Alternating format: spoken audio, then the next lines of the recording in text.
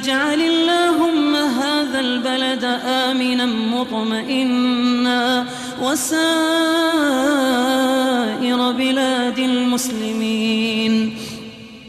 اللهم تقبل منا صيامنا وقيامنا ودعاءنا. اللهم اجعلنا ممن قام ليلة القدر إيمانا واحتسابا، أو اجعل